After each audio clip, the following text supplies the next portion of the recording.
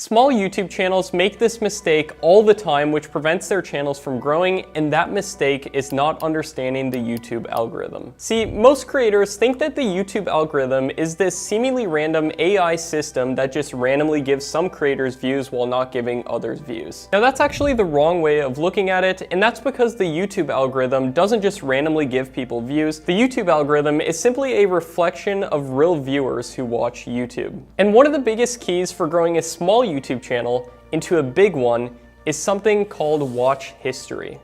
Every time that somebody watches a video on YouTube, that action is stored in a place called their watch history. This in turn makes it more likely for that given viewer to see that channel more often appearing in their suggested video tab and on their YouTube homepage and other browse features once a channel gets into their watch history. And you might be asking, how can I get into someone's watch history from scratch? And that's a great question, and one that I'm gonna be answering in secret number 1 in this video, which is the searching and surging technique. Now this is a secret that I've used on numerous of my YouTube channels to grow them from absolutely nothing to getting millions of views and subscribers. And one thing to remember is that every big YouTube channel that you see out there starts as a small channel. And when we're starting out as a small channel, it can be hard to get our content to show up in places like the suggested video feed, which I oftentimes refer to as the holy grail of YouTube views. And that's because if you can successfully get into the suggested video feed of other popular videos,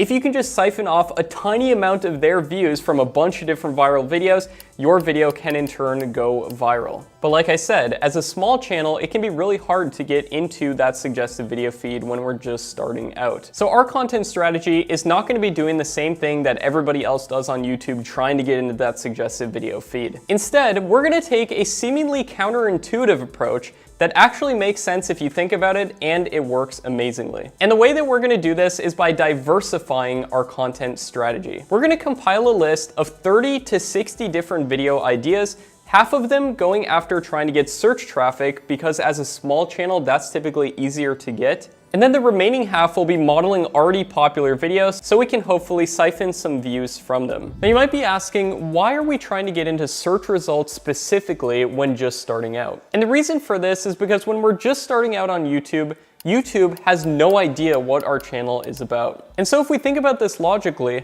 how in the world is YouTube going to know who to promote our videos to and who's going to get the most amount of value from our content if they don't even know what it's about? The answer is they don't, but here's the good news. We can tell YouTube who to promote our videos to. And the way that we do this is by producing videos on keywords with a low amount of competition, meaning there's not many videos on that particular subject, and a high amount of search volume, meaning there's a lot of people searching for that subject. That way, you don't have to produce as good of content to still do really great on YouTube. I do still recommend producing great content, and we're gonna talk about what that means in just a second and some easy ways to ensure that you're doing that. But at this point, you're probably asking, how can I find those great keywords with low competition and a high amount of search volume? And the way that I personally do this is by using a tool called vidIQ. You can get the full features of this tool for a month by using the code MAPPAR at checkout if you're interested in it. And I use the keyword tool within vidIQ to search for queries related to the type of content that I want to generate videos on.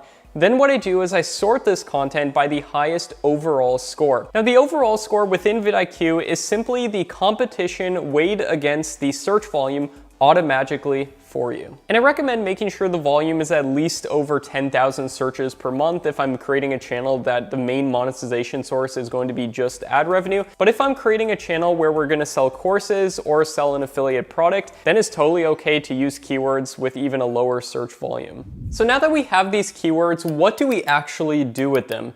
Well, first of all, I recommend trying to say some of these keywords directly within your video by actually speaking them. The YouTube algorithm actually indexes everything you say in your videos in the form of transcripts that then get indexed within the algorithm. Also, make sure to put these keywords, if you can, in the title, in the description written in a natural way into natural sentences, and directly within your tag section as long as they relate to the video and what's in it. And also another tip is to choose a niche that isn't already being served by a million other creators and that has the potential for good monetization. Now I made a video talking about what are in my opinion the absolute best 24 niches on YouTube You can check that out later, it's on my YouTube channel. So at this point, we're gonna start uploading some of this content that we're optimizing for search traffic, at least half of it. And in doing this, we're telling YouTube what our content is about. So YouTube doesn't just have to guess and promote it to random people. Because here's the thing, YouTube will test your content, but might as well just tell YouTube what our content is about so that they can test it to the right people. And as long as our content is good, it'll get pushed out to an even wider audience. And once we have the search side of the equation down, it's time to focus on our other 50% of content, which is to tap into what I referred to earlier as the holy grail of YouTube views, which is suggested views. And that brings us to secret number 2, the surging side of the searching and surging equation. So what about that other 50% of our content that's going to be devoted to modeling already popular videos? How do we actually find the best videos to model? Well, we can use that same exact vidIQ tool that I talked about earlier, but this time we're going to install something called the vidIQ Chrome extension that installs directly within your browser. And then when you go on any channel on YouTube, you're gonna see this extra tab on their channel called the trending tab. Essentially what this does is it allows you to see the videos on their channel that are getting the most amount of views per hour right now. So it doesn't matter when the videos were uploaded, it shows you the ones getting the highest views per hour right now, which means there's people interested in this content right now, and the YouTube algorithm is pushing this type of content right now. So here's how to get your other 50% of content modeling already popular videos. What you do is you go to YouTube and you put in search terms related to your niche.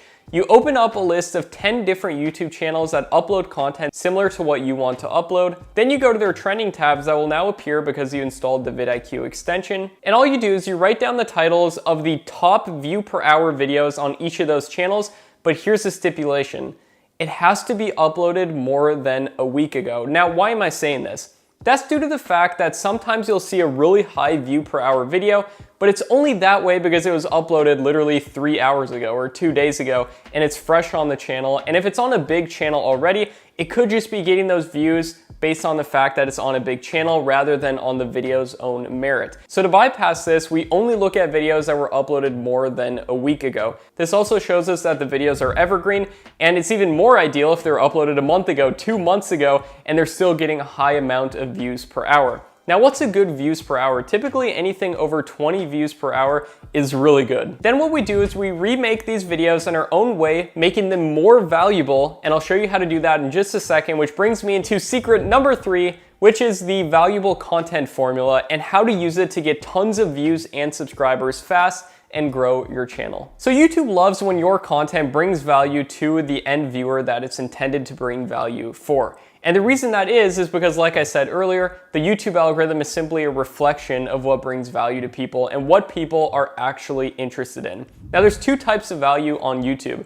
There's educational value and there's entertainment value. Both can be incredibly good, and there's pros and cons to each. Now here's my simple formula for making sure that all of your content is super valuable. So at this point, you should have your list of 30 to 60 video ideas. Half are gonna be devoted to trying to go after search results, and the other half are gonna be devoted to trying to get in the suggested tabs of already popular videos. And what we're gonna do is go one by one through these video ideas, and we're gonna copy the title of that video idea or of that keyword, paste it into YouTube, and open up the top 3 videos that come up. Then what we're gonna do is watch through each of these videos. Sometimes it helps me to go through them at like 2 times speed, and then open up a Google Doc in a separate tab and write down all of the best points, the most valuable points from these videos. Remember, value can be either entertainment or educational value. And make sure to write it in this document in your own words. Then what you do is you go to the comments section of all of these videos and you see what the top comments are. And usually there'll be corrections that people are giving about the video, or there'll be questions, or it might just be a funny joke that a ton of people resonated with and upvoted. And what you want to do is note these down and then put these into your script, because if all of these people found value in that comment, or if it's a correction about what some video should included within their video, a lot of people resonated with this, and you're likely to get a higher audience retention if you can somehow incorporate this into your script. So I recommend writing down some of the top comments for ideas from each of those 3 videos onto your video. And you can feel free to give credit as well. If it's a joke, you can simply say, I saw this in the comments section of another video, thought it was really funny, I just want to share it with you. And if it's specific questions, then make sure to answer those questions within your video. Also, feel free to do a little bit of additional research on places like Google, see the top articles that come up, and then try to incorporate the best parts of these articles also into your script. Then simply go through your script again, make sure you write everything within your own words, also adding any of your own wisdom or any kind of value that you can possibly think of adding into the script as well. And feel free to include your personality or any jokes you have. And then finally put it into chronological order if you're teaching something. If you're just doing like a general top 10 video, this doesn't really matter as much. But if you're teaching something, make sure to put it in a chronological order where it would make sense for someone to do this step, then this step, then this step. And it can be helpful to think in like a step-by-step manner. And it's exactly how I'm organizing this video right now. Now think about what we just did here.